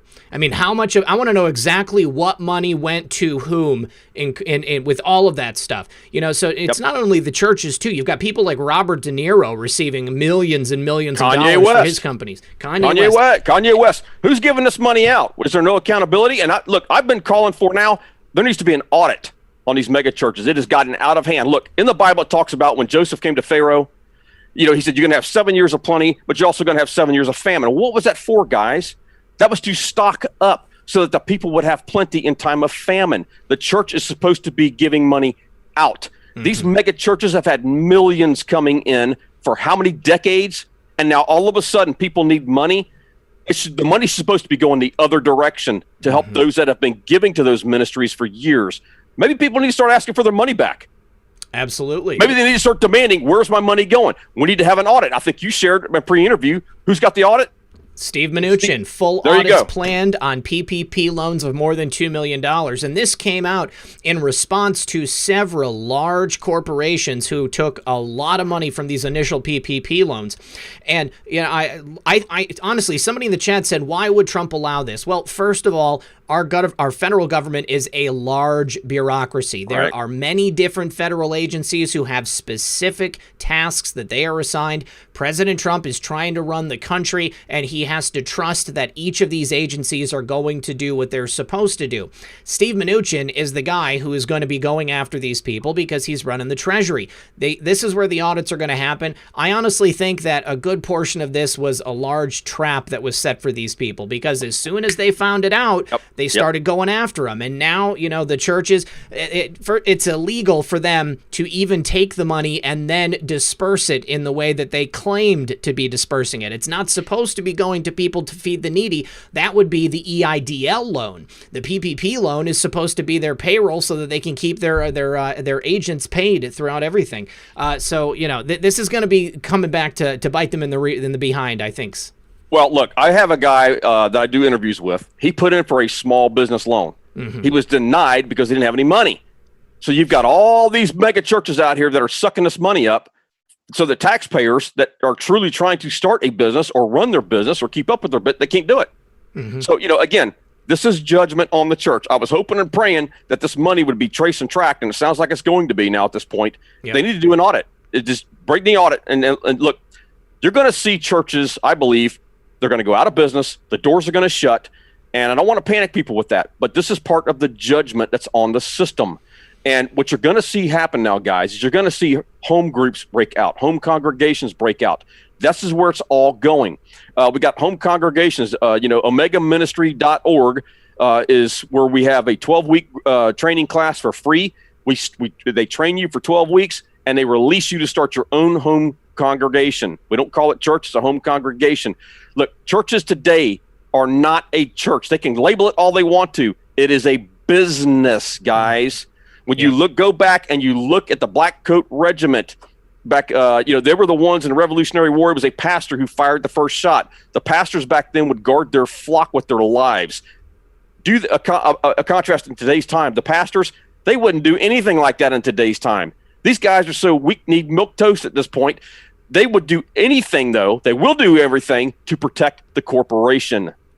We don't have pastors in the pulpits anymore. We have CEOs of corporations. And this is the problem. This is what God's taking down. But we had a testimony in the home group one day where she said, I was sick. I needed healed. I need deliverance. I didn't get any of that in the church system. But the second I came out of it and I went into the home congregations, I got healed. I got delivered. I got set free. She said, I got it all. And that's where you're going to see the signs, wonders, and miracles breaking out, guys, is in the home groups. I agree. I totally agree with that. And I'm just over here looking at some numbers here, and I see it. There's been a research study on what constitutes a megachurch as far as size. Now, I see it here. You might know differently, but it's the average weekly attendance of megachurches is 3,696 people. Does that sound about right? Yeah, that sounds about right to me. Yeah, we've got 11,000 people here with us, Mark, just hanging out with us. It's not going to be that hard for churches that are going to be that are genuine, that are trying to do the right thing and not be these corporation stuff, right, to have these kind of situations happen. These are just three guys here with microphones hanging out with everybody talking, and we're getting more from what we would get from these corporation churches. I've been to the mega churches before, and it feels so hollow. The music might sound good. You might have the best musicians. You might have a smooth talker, but we had a smooth talker as president before Trump, and see how that played out. So now we're in a situation to where I do agree with you that home churches, digital church, if you will, is going to be somewhat of a new normal that needs to happen so we could build our way back up to what churches are supposed to be. And that's outside of, being under the foot of federal government. All right, and let me, one more thing here. There was it was called a POTUS Shield call. Now, they did a survey years ago, and they asked like 300 pastors, what is your definition of success in your ministry? And they did it again here on a POTUS Shield call here a couple of months ago. They took a survey took the churches before the lockdown now. They took before the lockdown. They asked pastors what did they think are considered to be their measure of success. The pastors gave 5 responses. You ready for this? Here's another watermelon. Get ready, guys. Number 1, their first response was church attendance. Number 2, tithes and offerings, how much they got coming in. Mm-hmm. Number 3, square footage. Number 4, this one still baffles me, parking lot size. Number 5, programs. These were the measures of their success, guys. This is the mentality that these pastors have. What is that? All of that. That's a business. Mm-hmm. There was nothing in there about healing, signs, wonders, deliverance, spiritual warfare, which is what we're dealing with in everyday life right now. There was none of that in there, guys. That's what the church system has become. Nothing about the positive effect on the community, which is definitely they have become combat ineffective is what they have. It's the remnant. It's the army of God, those that are not inside the system, that are making this happen right now. Here's an interesting thing that I saw some people asking about in the chat. We joked last time you were here that one of the last plays of the deep state was going to be rolling out extraterrestrials. And just this past week on Tucker Carlson and in an article in the New York Times, the Pentagon announced that they have recovered craft from off-world vehicles, basically alien spacecraft that they've got. And I thought immediately, the next thing they're going to do is roll out an alien that comes out and says we have to defeat Donald Trump in order to save humanity. What is your opinion, Mark, about this new revelation from the Pentagon? I don't know, because we all know the Pentagon's in not in a good spot, and I'm sure they haven't cleaned quite everybody out yet. You know what I mean? We still got a lot of Obama holdovers and everything. I don't know. I don't have an opinion on these aliens. Everybody asks me that, as far as the Nephilim and this, that, and the other. It's like, look, this stuff gets deep sometimes. Mm-hmm. And, I think some of this stuff, if we're not careful, it'll take us off the path that we need to be focusing on, which is the truth. So I just want to tell people to be guarded, to be careful what you follow, be careful who you follow. As far as this alien technology, Hey, is there something else out there that's beyond this world? I'm sure there may be. You know what I mean? We don't know. God's an infinite God. He can do whatever he wants. Exactly. He's the creator of the universe, for crying out loud. So I'm not going to deny that maybe there's not something out there that he's created that I've never seen before. Absolutely. So I'm of the exact same opinion. And the thing that really, picks up my bristles is the idea that, right now, this is the time that the Pentagon decides they want to bring us this, groundbreaking information about the possibility of life outside of planet Earth, when we know that they have had programs for decades investigating this kind of stuff. So it really does seem to me to be a ploy, and I would be very careful of checking out to see what they're going to be talking about here in the future in regards to this. Now, we were talking earlier before the show also about some things that you thought might be coming up. I mean, we're rolling into hurricane season here now. I saw a report just the other day about a couple of mega storms that they're expecting to hit the United States. What are you seeing for the future, Mark, between now and the election? Well, it's going to get hot between now and the election, guys. I mean, look, COVID will be over, just like you said, the day after the election. You know what I mean? This whole narrative will be gone and over with. But here's what I've been warning. I warned in 2018 before the midterm elections. I said this is going to be a bad hurricane season if they don't have control of the weather. And I said, look for a storm about 2 to 3 weeks before the midterms. Sure enough, boom, there it was. Michael hit the panhandle of Florida. Why the panhandle of Florida? Because, again, the panhandle is the most conservative part of Florida. They were trying to disrupt the process, electoral process. The same thing's going to happen again. I'm praying. We need to be praying that they've got control of this weather tech right now, honestly, because we've already got a hurricane that's hitting Texas as we speak. We got one bearing down on Hawaii. And so look for one about 2 to 3 weeks before the election one massive storm probably, guys, to disrupt the electoral process, to create as much chaos as possible. If people don't have power, it's going to be very hard for them to vote. So, we just need to be praying that they've got control of some of this stuff. If it's a weaker system, it's not that big of a deal. I mean, we've been through, smaller hurricanes. It's not a big deal. Michael was more than a big deal. I have a friend of mine who's in the Panhandle, who's a sheriff's deputy. They didn't tell you the truth about Hurricane Michael up there. What they didn't tell you was that, they had 2 or 3 black boxes up there that literally broke. And when they broke, they had clocked wind speeds well over 260. Wow. That's a tornado. That's a giant tornado. That's not a hurricane. So what does that tell you? Since President Trump has come into office, he's had successively worse and worse weather phenomenon that has just, all of a sudden out of nowhere, we've had the worst hurricane season of American history. Then we had the next worst hurricane season. Then we had the next worst. And, so right. I'm expecting it to be quite bad this year because, there's no coincidences with the way this stuff is popping up. Right. And, look, and people say, oh, this is a judgment of God on America because America is under judgment. No, it's not, guys. This is doom and gloom talk. If America was under judgment, Hillary Clinton would have been the president. This thing would have been over with already. Yep. There's something great. Why did Trump come into office? Why did God put him there? Because God establishes kings and he removes them. He put him there because he wants to do something great upon the earth. Now, do we have some bad things happening right now? Yes. Are we going to have some bad things happen? Yeah, probably going to have some negative things happening between now and the election, and maybe right after the election as well. We just got to be prepared right now. And so, but the thing is that there's something great that God's going to do, guys. He's going to do something great with America. America's going to come back stronger than she's ever been before. These countries like China, CCP, I believe, is going to go down. I believe China's going to get set free. It's not the people of China we're coming against here. It's the government. It's the CCP we're coming against. Why is God going to take down these totalitarian regimes? Because the tyrannical regimes is because he wants the gospel of Jesus Christ to go forth across the earth, and he can't do it when these guys are underground and they can't even come out. You know what I mean? Yeah. On that note, right now, the Three Gorges Dam in China is at risk of completely blowing open. And from what I understand, if that happens, you're looking at millions and millions of people in the path of all of that water. That could have a really serious impact on China and perhaps cause a major humanitarian disaster. Yeah, and don't think that's not by design either. Because they're trying to take the focus off of Wuhan. Yep. And what's going on in Wuhan, where the Kung Flu virus is coming out of there, and every other thing is coming out of there. There's a lot of stuff happening in Wuhan right now. There's been more than one thing than just this virus coming out of Wuhan. So they're going to try and change the narrative. They're going to try to make people feel sorry for China. But look, the entire world is coming down on China right now. I said about a year and a half ago, I prophesied there was something coming for China that's going to put them in their place. That Russia was not the enemy, it's China. Sure enough, boom, here we are. There's China. Now, there's been multiple things that China's been doing. The virus, they've stolen our technology. They've done all kinds of stuff. Of course, we've handed them our technology. Thank you, Hillary Clinton. So, I mean, all these things. So, but there's coming to come a point, I think, when the entire world is coming down on China right now, where they're going to get put in their place.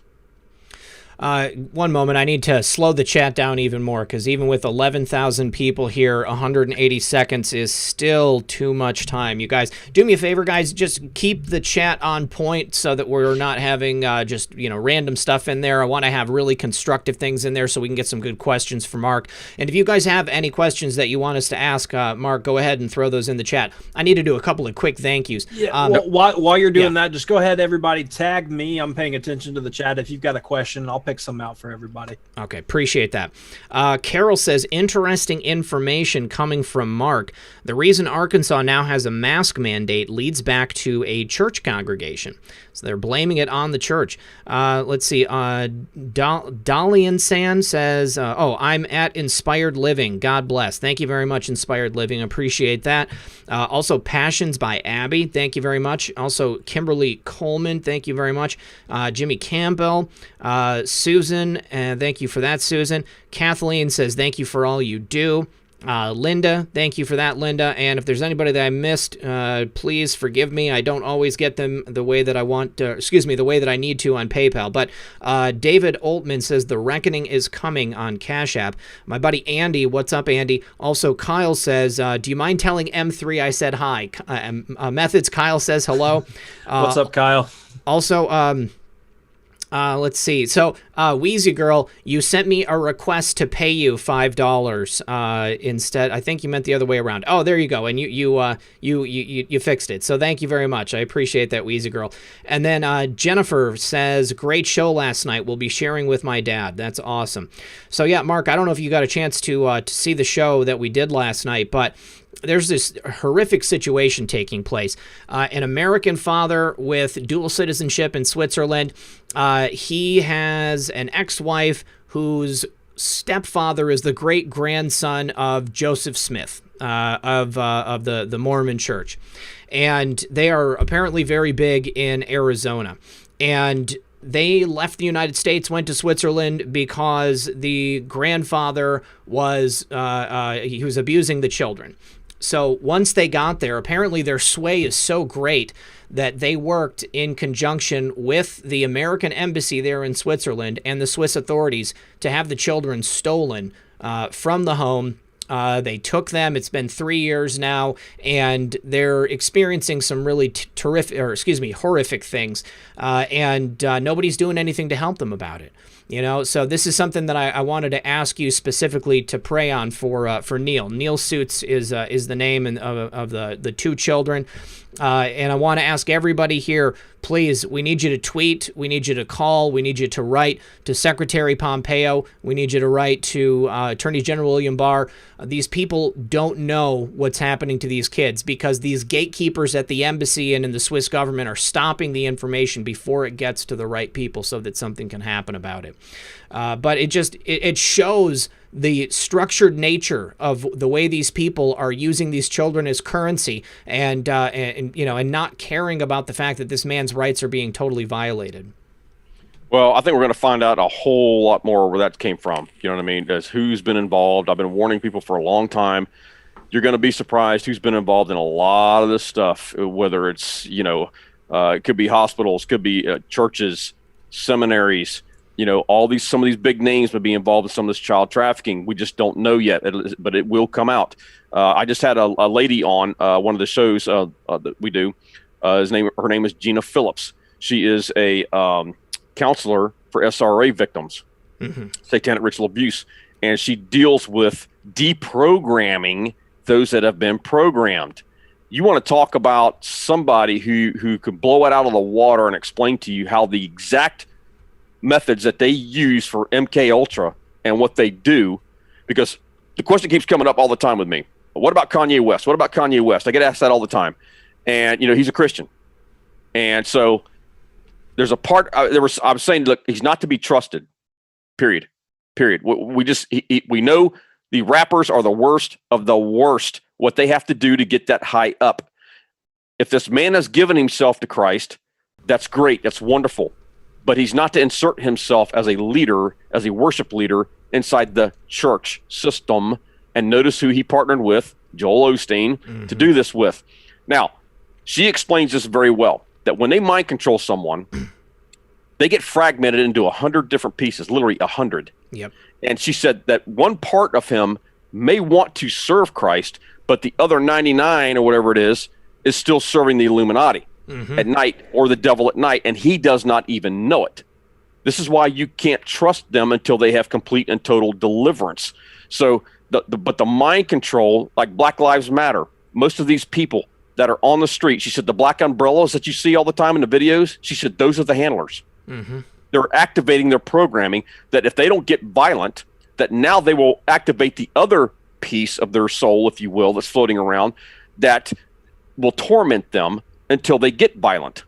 So when you start listening to how deep this stuff is, the programming that we've all had, we've all been programmed, whether it's in our own lives, whether it's at church, because they do it from the pulpit. Trust me, guys, they've been trained to do it from the pulpit. And so it's mind-numbing to know how deep this stuff really is, and to it's just going to take complete and total deliverance of an entire generation of people of what we've been exposed to. And the truth is what's going to do it. Absolutely. You know, with Kanye West, it's really sad because, I mean, you look at what's going on, and it's very clear that he's a man struggling with some mental illness and, like you said, a fair amount of programming. You know, I every time over the last couple of years, when he's tried to come out, when he's tried to speak, they have immediately clamped down on him. You know, it's clear he's trying to break out. And I think that this time, you know, I don't even know what's going on. You know, I mean, like, he's trying to do what he thinks to be the right thing to, you know, get the truth out. He's been out there on Twitter saying a lot of crazy things about his wife and his mother-in-law, the people that are in his family. And I see a man who's tormented. You know, I mean, he truly is being, you know, held by the devil on a daily basis. Well, if you look at his Twitter feed, you can see he's putting out comms. It's easy to recognize. You can see all this, that he's still being controlled, and he's controlling others through these comms. And Gina actually decoded some of these comms. She can do that because she's been doing this for so long. And she sent me the decode on one. There was a pepper, a tomato, and a rose or something like that. And, man, she nailed it, bro. I can't remember what she said now. I'd have to look it up. I have to go back here. But, I mean, she absolutely just positively nailed that thing.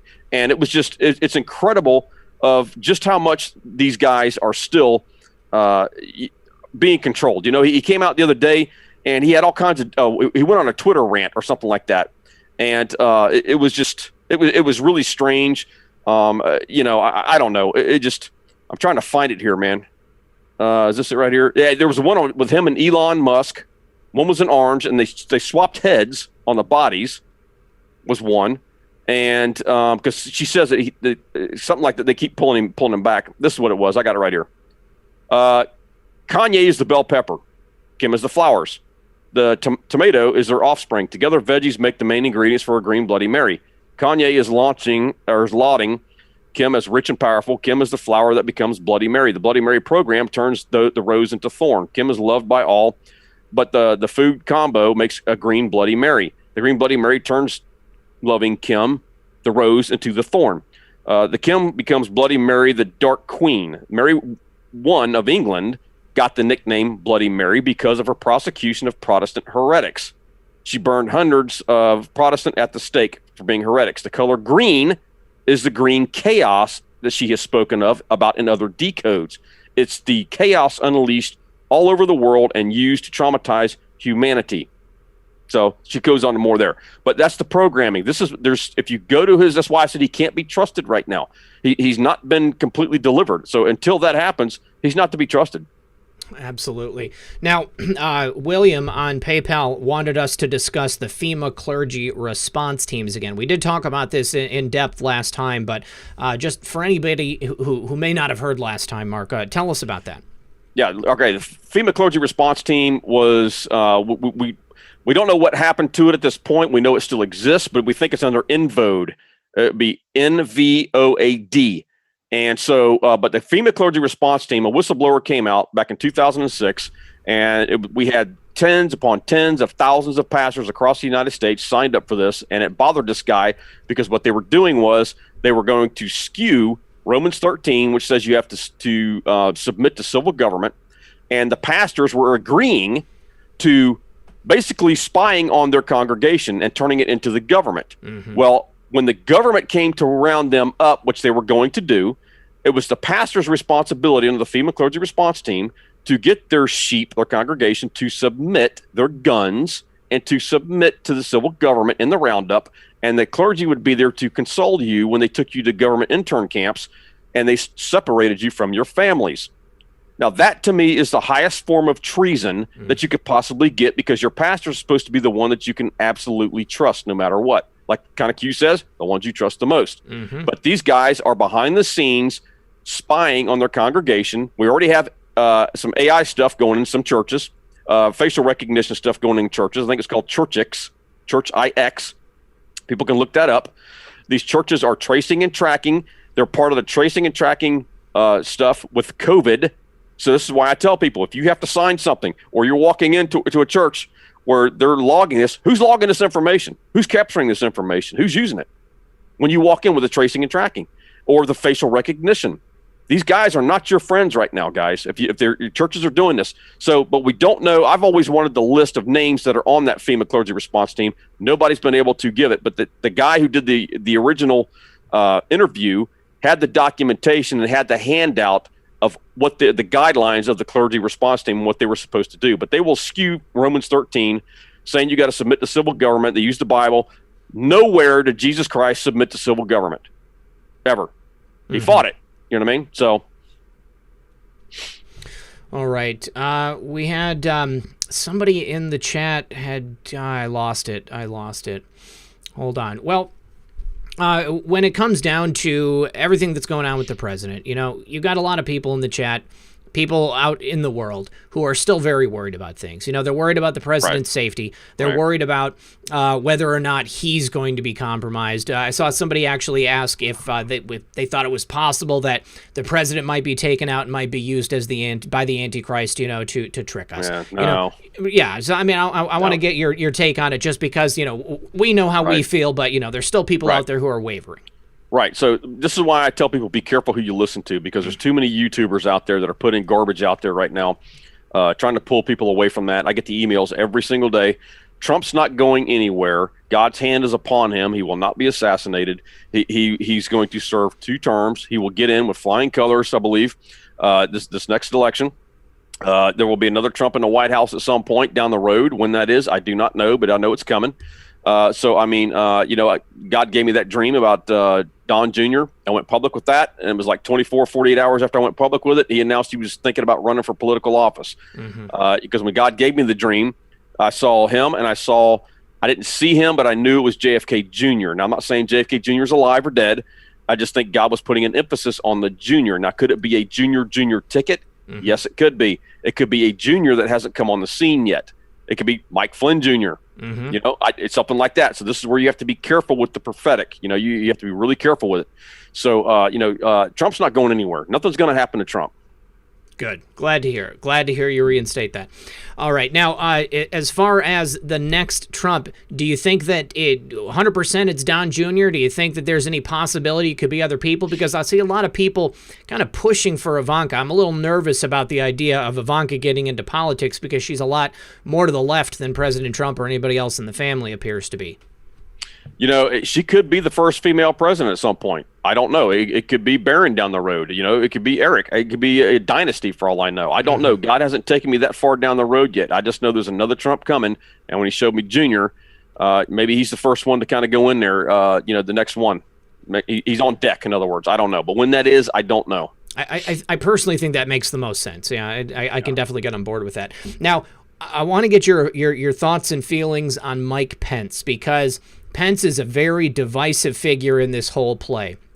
I've often said that President Trump has a habit of keeping his friends close and his enemies closer. So regardless of if Pence is a black hat or a white hat, to me, it doesn't matter. President Trump has him there to fulfill a role. I think initially it was, pretty obvious that Pence was there to supply the evangelical vote. He was there to shore up a certain portion of the base. I don't think that's necessary this time around. I think that whether or not you're strong in faith or not, I mean, you look at President Trump, if you're conservative, then you can honestly say President Trump is the best man for the job. We need him there for another 4 years. But what is your personal feelings about Mike Pence? What do you get from him? I don't know, because everybody asks me he's a white hat or a black hat. That part I do not know. God has not shown me anything on that. I will say this. I do believe, and he has been showing me this kind of here in the last month or two, that he will not be president. Now, there's been a lot of people say that he's going to come in after President Trump. I don't think the guy's going to be president. I really don't, from what I'm sensing and what I'm seeing right now. I just don't see him as president material. It just doesn't ring in my spirit. You know what I mean? Now, again, could he? Anything's possible at this point. But I just don't think the guy's going to be president at this point. That's just my humble opinion. That's just what I'm sensing right now at this point. After Trump, I think it's going to be somebody else at this point. He just doesn't have it in him, if you know what I mean. No, I completely agree with you. Pence is not presidential material. Thank you. After we've had 4 years, and now we're going to have another 4 years of President Trump. President Trump is a strong figure. He gets up on stage, he commands it, he knows how to work a crowd, he knows what he's doing for the country, he makes great decisions. I think his instincts are on point, and I think that the only person that we can have after President Trump is going to be another Trump. I think Don Jr. would be an excellent choice, and I don't see Mike Pence giving anybody a run for their money at all. No, not. I mean, he is. Again, when you look at him, I mean, I'm not slamming the guy, but when you look at him, he's just not presidential material. He's just not. I mean, he's a decorative piece, I mean, he's akin to a vase on the mantle. President Trump comes in and he's working the room. Pence is just there in the background. Right, and if Pence were to become president, I hate to say it this way, but it's just truth. If Pence became president or tried to become president, or if he ran for president, honestly, he would hand it back over to the deep state. Because I don't think he would have the only way that people would get behind him is because the Patriots would probably think, well, this is the best choice that we have. We'd go back to that mentality. This is the best choice we have, so let's just vote for this guy. You know what I mean? Kind of like during the Romney election, or even when McCain ran. We didn't know any better. This is the best choice we had. It would be one of those scenarios where if you put a Trump in there, oh no, that's going to be the scenario right there. Yep. Yeah, exactly. Now, again, for any of the naysayers out in the audience, do you have any reservations about anything going into this election? They're going to do everything they can to stop this election. They're going to do everything they can to steal the election. Now, we know Q's already said that they've got the electronic stuff stored up pretty much, shored up, which is why they're wanting the mail-in votes. Now, everybody was upset when Trump came out with a mask on. You know what I mean? It was just like, it's like, look, there's always more to what this president does. He's always 10 steps ahead of everybody. And then somebody came out when we were talking about where he's wearing it because he's forcing the Democrats into a corner. And it was, it was beautiful, spot on, whoever got that. And it was like he's painting them in a corner because, okay, so I'm going to make it where you have to say you wear a mask. So now you wear a mask to go vote so that now you don't have an excuse. So the mail-in voting gets canceled out. You have to show up in person. And if you show up in person with a mask on, you can't be ID'd. So now you have to have voter ID. So he's painting them in a corner. All right. Looks like Methods has a couple of questions from the chat. Methods, you want to go ahead and take it over? Yeah, I've just been trying to copy them down. You guys have been great out there in the chat, sending in a bunch of stuff. So I'm going to try to summarize over a few different ones. Okay. A lot of people were curious about what Mark is thinking about the election coming up. We've got the voter ID conversation happening. If we can wear the mask, then why can't we go vote in public? Why do we need to do the mail-in voting? And then also, obviously, the typical question about arrests. Before the election, after the election, if not to hold you to this word, Mark, but how do you feel the next the next 100 days plays out, or even the rest of the year? Honestly, I think it's just going to be truth bomb after truth bomb for the next until we get to the election. Will he make arrests before the election? I don't know when these arrests are coming. I know they're coming. I know they're absolutely coming. But I don't know what the timing is. That's the hardest part to get, guys, is we don't know what the timing is. And I'm not even going to try and guess, honestly. I'm really not. God has not shown me anything on the timing. I just know it's going to happen. The Clintons are going to go down. Barack Obama's going to go down. They're all going to go down There's going to be military tribunals like we talked about before. Yep. They're setting up for it right now. We've had multi-million-dollar expansion at Gitmo. They're getting geared up for this, but it's going to be truth bomb after truth bomb. Can we see some more violence between now and then? Yeah, absolutely. It could kick up, even especially the day after. Because we went through that, and after Trump was elected, they were already in the streets causing chaos. Then they talked about Black Lives Matter. So that would definitely be expected. Now, our favorite Anon is referred to, them even willing to 0-day the internet and take it down. Like that's not out the realm of a possibility, right?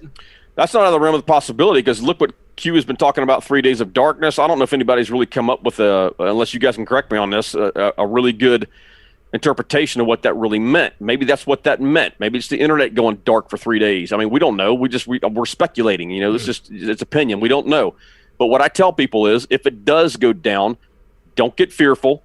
If we do lose comms or we lose the internet, because everything happens on these phones, and if we lose that, don't be fearful. Know that God is in control, period. And Q's already even come back and said there's a plan in place. Mm-hmm. You know what I mean? The plan's in place. We just hit 12,000 viewers, you guys, with 5,600 likes. Please consider leaving a like on this show. If we could at least end it with 50% likes to views ratio, that would be awesome. I appreciate it. Now, Mark, somebody in the chat had asked if you think that we're going to be retaking the House.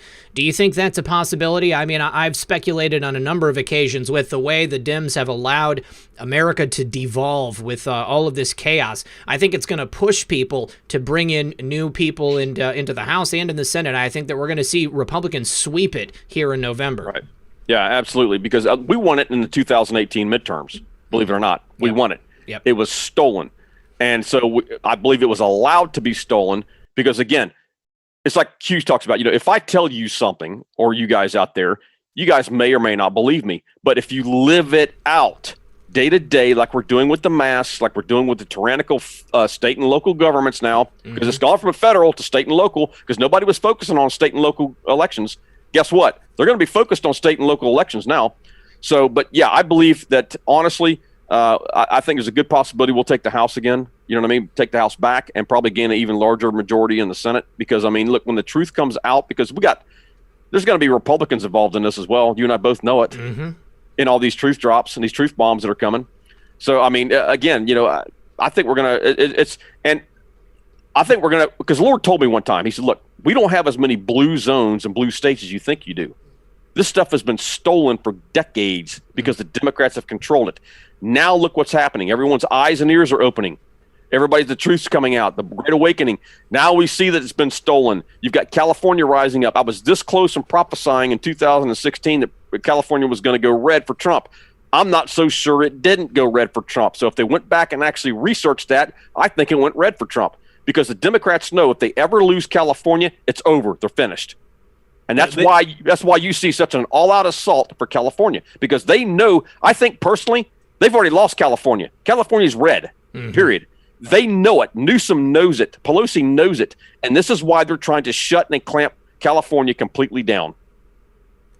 I can agree with you there. Methods, you got another one?